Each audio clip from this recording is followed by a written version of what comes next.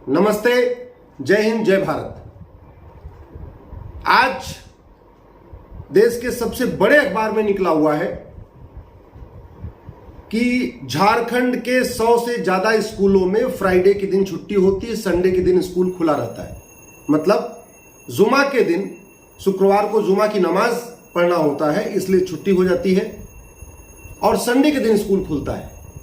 ऐसी खबर बंगाल के बारे में भी आ चुकी है, ऐसी खबर केरल के बारे में भी आ चुकी है, ऐसी खबर देश के कई जिलों से आ चुकी है। कश्मीर में तो होता ही था, यह काम पहले कश्मीर में होता था कि फ्राइडे को स्कूल छुट्टी रहती थी, संडे को स्कूल खुलता था। लेकिन अब ऐसी खबरें केरल में, झारखंड में, बिहार में, बंगाल में, कई राज्यों से आ रही हैं और उन राज्यों से भी आ रही हैं जो भाजपा शासित हैं, लेकिन जहां जिस जिले में पर्टिकुलरली मुस्लिम ज्यादा है। हम आजादी की 75वीं वर्षगांठ मना रहे हैं। 75 साल पहले विभाजन हुआ था, क्या कह के कि भाई मुस्लिम हिंदू एक साथ नहीं रह सकते, इसलिए मुस्लिम्स को अलग देश चाहिए। जहां हिंदू रहते हैं वो पवित्र स्थान नहीं होता, उनको पाकिस्तान चाहिए। पाकिस्तान का मतलब पाक स्थान, पवित्र स्थान चाहिए। मुस्लिम्स ने अपना एक अलग से पूरा देश ले लिया, ये कहते हैं हमें हिंदू के साथ नहीं रहना। अब हिंदू के साथ जो रह रहे हैं उनको भी हिंदू के साथ नहीं रहना, उनको हिंदू के साथ मिलके नहीं रहना, उनको फ्राइडे की छुट्टी चाहिए। वो वंदे मातरम पे खड़े नहीं हो रहे, जनगण मन गा नहीं रहे, प्रार्थना करते समय हाथ नहीं जोड़ रहे, भारत माता की जय भी हराम है। इसका कोई समाधान है कि नहीं है? सोशल मीडिया में तो बड़ी वंदे मातरम, भारत माता की जय, जय श्री राम, हिंदू राष्ट्र, पता नहीं क्या क्या बोल रहे हैं। एक्चुअल में भारत पूरी तरीके से खोखला हो चुका है। सोशल मीडिया में जो भी ब्रांडिंग कर ले लोग ब्रांडिंग कर ले, लेकिन सच्चाई यह है कि राम का अपमान करने पे किसी को थप्पड़ भी नहीं पड़ता है, कृष्ण का अपमान करने पे किसी को थप्पड़ भी नहीं पड़ता है, मां काली का अपमान करने पे किसी को थप्पड़ भी नहीं, मुकदमा भी नहीं लिखा जाता, थप्पड़ मारना छोड़िए। विष्णु का अपमान होता है, शंकर का अपमान होता है, सरस्वती जी का अपमान होता है, दुर्गा जी का अपमान होता है, लक्ष्मी जी का अपमान होता है, किसी को थप्पड़ भी नहीं मारा जाता। लेकिन एक बेटी ने एक बार एक सेंटेंस बोल दिया और वो भी वो बात कही जो किताब में लिखा हुआ है, वो बात कही जो कई सारे मौलवी मौलाना कह चुके हैं। इसके बावजूद उसको उसके ऊपर 2 करोड़ 3 करोड़ का इनाम रखा जाता है और जो लोग उसको सपोर्ट करते हैं उनका गला भी काट दिया जाता है। और गला ऐसे ऐसे भी लोग काट रहे हैं जिनकी 10 साल से 15 साल से दोस्ती थी, वो लोग गला काटे। आपने कभी सोचा कि ये जो दिमाग में जिहाद है, ये आ कहां से रहा है? और जब जब गला काटा जाता है तो होता क्या है? ट्विटर पे ट्रेंडिंग, जस्टिस फॉर ये, जस्टिस फॉर वो, justice for Narang, justice for Kanhaiya, justice for Rupesh, justice for Bharwad, justice for Kamlesh. जिस दिन एक हत्या हो जाएगी हम 2-3 दिन जस्टिस कर लेंगे और क्या करेंगे? हनुमान चालीसा पढ़ लेंगे और क्या करेंगे? सड़क पे लेके अपना तिरंगा लेके घूमेंगे और क्या करेंगे? फेसबुक पे पोस्ट लिख देंगे और क्या करेंगे? चंदा इकट्ठा कर लेंगे, उसको उसके जाके घर वालों को दे देंगे। ये समाधान है क्या? ये ट्विटर पे ट्रेंडिंग करना, फेसबुक पे पोस्ट लिखना और शांति मार्च निकालना, भगवा रैली निकालना, हनुमान चालीसा पढ़ना, ये इसका समाधान है जिहाद का क्या? ये जिहाद का समाधान होता तो अब तक देश में शांति आ गई होती। अगर इससे शांत होता तो एक मर्डर के बाद दूसरा मर्डर नहीं होता, एक ही मर्डर, क्योंकि हम तो हर बार यही काम करते। जब भी एक हत्या होती है तो 5-6 काम फिक्स है। कुछ लोग ट्विटर पे ट्रेंडिंग करेंगे, कुछ लोग फेसबुक पे पोस्ट लिखेंगे, कुछ लोग कैंडल मार्च करेंगे, कुछ लोग जंतर मंतर पे इकट्ठा होकर भाषणबाजी करेंगे, कहेंगे हम दांत तोड़ देंगे, ईंट का जवाब पत्थर से देंगे, कुछ लोग पैसा इकट्ठा करेंगे, जाके चंदा देके आ जाएंगे घर वालों। तो कुल मिला के सब अपनी अपनी ब्रांडिंग कर लेते, ये सब काम करके पूरा एकदम बाकायदा राष्ट्रवाद मजबूत कर लेते, अपनी ब्रांडिंग अच्छी कर लेते। लेकिन इससे जिहाद कम हो रहा है क्या? इससे मजहबी उन्माद कम हो रहा है क्या? इससे हत्या कम हो रही है क्या? अरे मैं बार बार कहता हूं, जिहाद की फैक्ट्री है मदरसा। दुनिया में जहां भी मदरसा है वहां अशांति है, जहां पे भी मदरसा है अशांति है। ये बात हमारे लोगों को क्यों नहीं समझ में आ रही है? और मदरसा को बंद करना बहुत आसान है। Right to education act already parliament ने बनाया हुआ है, उसमें एक शब्द जोड़ना है इक्वल, वो बन जाएगा राइट टू इक्वल एजुकेशन। उसमें पढ़ने की उम्र 6 से 14 साल है, उसको 6 से 18 साल करना है, यानी 12वीं तक को लागू होगा, हो गया मदरसा बंद। आप केवल राइट टू एजुकेशन एक्ट को बदल के उसको राइट टू इक्वल एजुकेशन कर दीजिए, पढ़ने की उम्र 6 से 14 है, 6 से 18 कर दीजिए, लागू कर दीजिए पूरे देश में। One nation one syllabus, one nation one education board, ये सीबीएसई बोर्ड, आईसीएसई बोर्ड, मदरसा बोर्ड, जो दुनिया भर के बोर्ड है 40 तरीके के बोर्ड, इनको मर्ज कर दीजिए।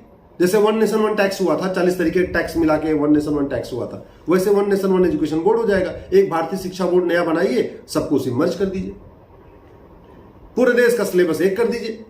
लोग अपनी अपनी मातृभाषा में पढ़ेंगे, गुजरात वाले गुजराती में पढ़ेंगे, महाराष्ट्र वाला मराठी में पढ़ेगा, तमिलनाडु वाला जो है अपनी भाषा में पढ़ेगा, तमिल में पढ़ेगा, आंध्रा वाले तेलुगु में पढ़ेंगे, कोई मलयालम में पढ़ेगा, कोई हिंदी में पढ़ेगा, जिसकी जहां की भाषा उसमें पढ़ेगा, सिलेबस एक हो जाएगा। भाई छोटे बच्चे को जहां नफरत सिखाई जा रही है, जहां छोटे बच्चे को यह बताया जा रहा है कि जब तक एक भी काफिर है तब तक इस देश कयामत की रात नहीं आएगी, जब तक कयामत की रात नहीं आएगी तब तक ये डिसीजन नहीं होगा कि जन्नत मिलेगी या जहन्नुम में कोई जाएगा। जब तक जन्नत नहीं मिलेगी तब तक 72 हूर नहीं मिलेगी, दूध की नदी नहीं मिलेगी, केसर वाली शराब नहीं मिलेगी, फूलों का गद्दा नहीं मिलेगा। जब ये सारी चीजें बचपन में पढ़ाई जा रही हैं, तुम जितने ज्यादा लोगों को कन्वर्ट करके इस्लाम बनाओगे उतने तुम जो है तुम्हारे जन्नत जाने के चांस बढ़ जाएंगे।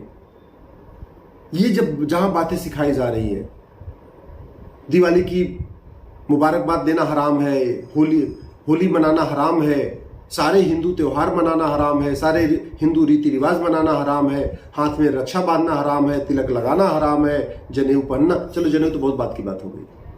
तो जहां ये सिचुएशन है, मंदिर जाना हराम है, जय श्री राम बोलना हराम है, सब कुछ, वंदे मातरम हराम है, भारत माता की जय हराम है, सब कुछ हराम है, जहां ये बातें सिखाई जा रही है, हम वहां शांति की बात कर रहे हैं और हम बड़ी बड़ी ब्रांडिंग कर रहे हैं ट्विटर पे, फेसबुक पे। ये जो सारा का सारा राष्ट्रवाद घूम रहा है ना, ये राष्ट्रवाद एक्चुअल में पूरी तरीके से पोपला है, खोखला है। ये हवाई राष्ट्रवाद है, केवल सोशल मीडिया में बुलबुला है राष्ट्रवाद का। धरती पे, जमीन पे एक्चुअल में जिहाद फैला हुआ है, और जिहाद ही पहले स्टेज में नहीं, ये जिहाद का कैंसर है, चौथे स्टेज में आ चुका है। इसलिए एक कानून से बात भी नहीं बनेगी, कई कानून बनाने पड़ेंगे। लेकिन आज तो मैं केवल कह रहा हूं, मदरसा बंद करिए। माननीय प्रधानमंत्री जी, मदरसा बंद करिए। इसको बंद करना बहुत आसान है। मेरी पीआईएल चल रही है यूनिफॉर्म एजुकेशन के ऊपर। मैं आप लोगों से भी निवेदन करता हूं, एक बार गूगल करिए uniform education Ashwini Upadhyay Delhi high court, ये गूगल करिए, Ashwini Upadhyay uniform education Delhi high court, एक बार आप लोग गूगल करिएगा। मेरी पीआईएल चल रही है, लेकिन शिक्षा मंत्रालय उसका जवाब भी नहीं दे रहा है।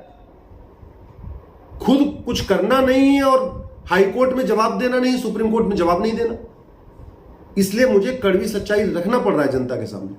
मुझे समझ में नहीं आ रहा है कि ये नौकरशाह, ये बाबू, ये जो सचिव है, ये किस दुनिया में जी रहे हैं कि मंत्रियों तक को नहीं बता रहे हैं कि हाँ, हाईकोर्ट सुप्रीम कोर्ट में कौन कौन सी पीआईएल चल रही है, उनको भी नहीं पता है।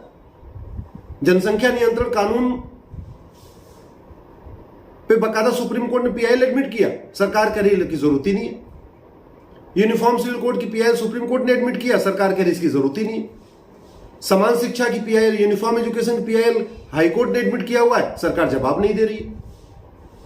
तो जब खुद करना नहीं और कोर्ट में जवाब नहीं देना, तो रास्ता निकलेगा क्या? ये सोशल मीडिया में, ट्विटर पे और फेसबुक पे और इंस्टाग्राम पे केवल वंदे मातरम, भारत माता की जय और ऐसे ब्रांडिंग करने से राष्ट्रवाद मजबूत होगा क्या? यहां तो गला काटा जा रहा है। ये गला काटने वाला सिस्टम कैसे बंद होगा? अगर जब एक बार गला काटा गया, उसी समय किसी को फांसी हो गई होती, तो मुझे लगता दूसरी बार गला नहीं काटा जाता। कितने गले काटे जा चुके अब तक? इतने गले काटे। राजू का गला काटा गया। अगर राजू के हत्यारों को फांसी हुई होती तो कृष्णा का गला नहीं काटा जाता। कृष्णा के हत्यारों को फांसी हुई होती तो शिवम का गला नहीं काटा जाता। शिवम के हत्यारों को फांसी हुई होती तो बादल का नहीं गला कटता। बादल के हत्यारों को फांसी हुई होती तो नीलेश का नहीं गला कटता। लेकिन क्या हुआ? किसी को सजा हुई। और हम लोग इतने भोले हैं कि नेता नगरी हमको सड़क उतार देती, चलो फांसी की मांग करो, फांसी की मांग करो। हम तख्ती लेके सड़क पे पहुंच जाते हैं और कहते फांसी दो, फांसी दो, फांसी दो। हम कभी अपना दिमाग नहीं लगाते कि आज तक किसी को फांसी हुई नहीं। कमलेश के हत्यारों को फांसी नहीं हुई, गंगाराम के हत्यारों को फांसी नहीं हुई, डॉक्टर नारंग के हत्यारों को फांसी नहीं हुई, रतनलाल के हत्यारों को फांसी नहीं हुई, अभिजीत के हत्यारों को फांसी नहीं हुई, रामलिंगम के हत्यारों को फांसी नहीं हुई, रिंकू शर्मा के हत्यारों को फांसी नहीं हुई, ध्रुव त्यागी के हत्यारों को फांसी नहीं हुई, चंदन गुप्ता के हत्यारों को फांसी नहीं हुई, बंधु प्रकाश के हत्यारों को फांसी नहीं हुई, रचित जाट के हत्यारों को फांसी नहीं हुई, प्रियंका रेड्डी के हत्यारों को फांसी नहीं हुई, अंकित शर्मा के हत्यारों को फांसी नहीं हुई, अंकित सक्सेना के हत्यारों को फांसी नहीं हुई, दिलवर नेगी के हत्यारों को फांसी नहीं हुई, हिना तलरेजा के हत्यारों को फांसी नहीं हुई, ट्विंकल शर्मा के हत्यारों को फांसी नहीं हुई, किशन भरवाड़ के हत्यारों को फांसी नहीं हुई, कमलेश तिवारी के हत्यारों को फांसी नहीं हुई, निकिता राजपूत के हत्यारों को फांसी नहीं हुई। जब इतने सारे मार दिए गए, ऐसे सैकड़ों और भी नाम है, तो आपको लगता है कन्हैया के हत्यारों को फांसी हो जाएगी? आपके फांसी देने की मांग करने से फांसी हो जाएगी? अरे भैया, भारत में कानून का राज है, कानून हमारा घटिया है तो फांसी होगी नहीं। कानून इतना घटिया है कि एक व्यक्ति कहता है 15 मिनट के लिए पुलिस हटा लो, हम हिंदुस्तान से हिंदुओं को खत्म कर देंगे। आपने भी अपनी आंखों से वो वीडियो देखा, अपने कानों से उसकी आवाज सुनी, जज साहब ने भी वो वीडियो देखा होगा, जज साहब ने भी सुना होगा। आज तक वो व्यक्ति बाइज्जत बरी हो गया और दोबारा उसका फिर एक वीडियो आ गया, फिर से हनुमान जी का मजाक उड़ा रहा है, शंकर जी का मजाक उड़ा रहा है, सारे देवताओं को मजाक उड़ा रहा है, और हम फिर फांसी देने की बात करते रहते। किसी को फांसी हुई क्या, बताइए आप जरा? अफजल गुरु याकूब मेनन को फांसी के अलावा किसी को फांसी हुई? या फांसी के मुकदमे वापस हो जा रहे हैं, ऐसा घटिया कानून है।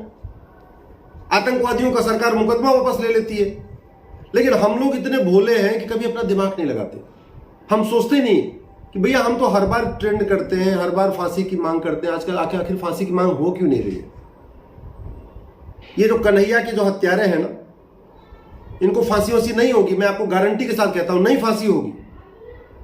मैक्सिमम होगा आजीवन कारावास, और आजीवन कारावास का मतलब भारत में होता है 14 साल। ये होगा, और वो भी आज कब होगा? कम से कम 20 साल के 25 साल के बाद होगा। 10 साल राजस्थान के डिस्ट्रिक्ट कोर्ट मुकदमा चलेगा, फिर 10 साल हाई कोर्ट में चलेगा, 20 साल हो गया, 10 साल सुप्रीम कोर्ट में चलेगा, 30 साल हो गया। सुप्रीम कोर्ट से अगर आजीवन कारावास हो जाएगा, उसके बाद रिव्यू पिटीशन फाइल होगी, क्यूरेटिव पिटीशन फाइल होगी, फिर राष्ट्रपति दया याचिका और रहेगी। हम लोग क्यों नहीं कहते कि घटिया कानून बदलो? घटिया कानून कौन बदलेगा? सरकार की ड्यूटी है। हम सरकार से कोई मांग नहीं करते, हम सब कुछ सड़क पे आके खड़े होके कहते हैं। हम कभी ये नहीं कहते पुलिस रिफॉर्म करो, हम कभी नहीं कहते जुडिशियल रिफॉर्म करो, हम कभी नहीं कहते इलेक्शन रिफॉर्म करो। एक व्यक्ति ने बोला 15 मिनट के अंदर पुलिस हटा लो, हिंदुस्तान से हिंदुओं को खत्म कर देंगे। वो वीडियो जज ने भी देखा होगा, वो वीडियो जो है जज ने भी सुना होगा, वो वीडियो आपने भी देखा, हमने भी देखा, आज भी यूट्यूब पे अवेलेबल है। इसके बावजूद वो बरी हो गया, फिर भी हमने ये नहीं मांग किया कि जुडिशियल रिफॉर्म करो, तब भी हमने ये नहीं कहा घटिया कानून बदलो। इतनी हत्याएं हो गई एक के बाद एक, कमलेश तिवारी से लेकर कन्हैया तक सैकड़ों हत्याएं हो गई। हर बार हम फांसी की मांग करते हैं, लेकिन कभी ये नहीं सोचते यार हम फांसी की मांग तो करते हैं, फांसी तो किसी को हो ही नहीं रही है, क्यों फांसी नहीं हो रही है? कानून घटिया है। कानून कौन बदलेगा? सरकार बदलेगी। सरकार से कैसे दबाव बनाए?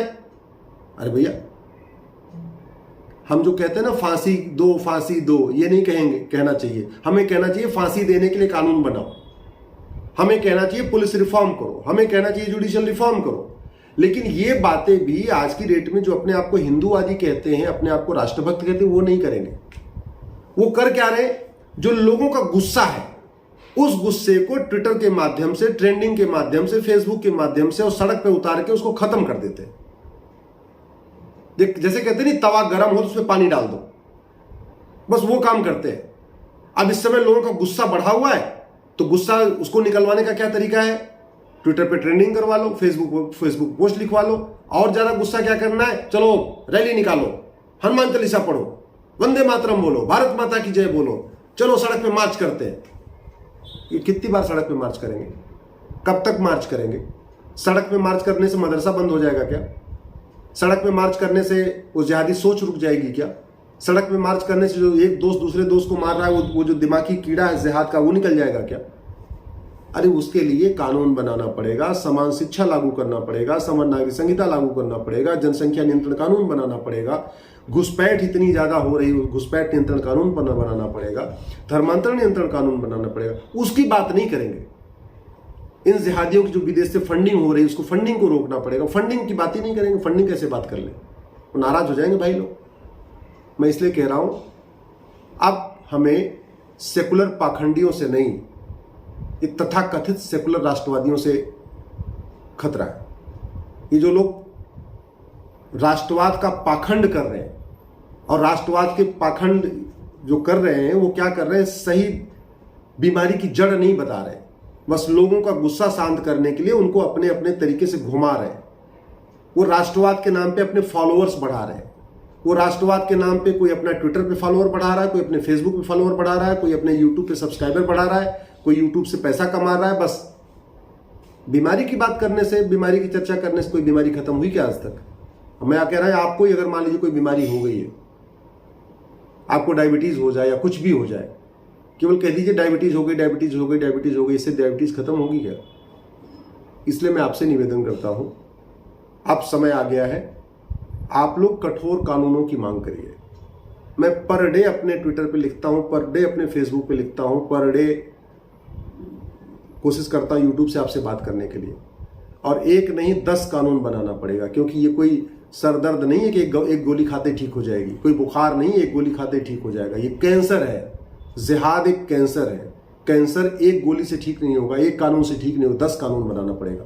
आज हमने आपसे केवल समान शिक्षा की बात किया है, आज हमने आपसे मदरसा बंद करने की बात किया है। आने वाले टाइम में हम आपसे और 9 उन कानूनों की बात करेंगे जो ये जरूरी है इस जिहाद को खत्म करने के लिए। इस वीडियो को अधिक से अधिक शेयर करिएगा, अपने फेसबुक पे शेयर करिएगा, अपने ट्विटर पे शेयर करिएगा, अपने सांसद विधायक को टैग करके ट्वीट करिएगा, क्योंकि जितना, और अब मैं बहुत जल्दी आप लोगों को बताने वाला हूं कि अब हमें अगली योजना क्या करनी है। बहुत जल्दी हम एक विस्तृत योजना का आपसे डिस्कशन करेंगे, लेकिन तब तक अधिक से अधिक एक जागरूकता जरूर फैलाइए और पाखंडियों को एक्सपोज करिए।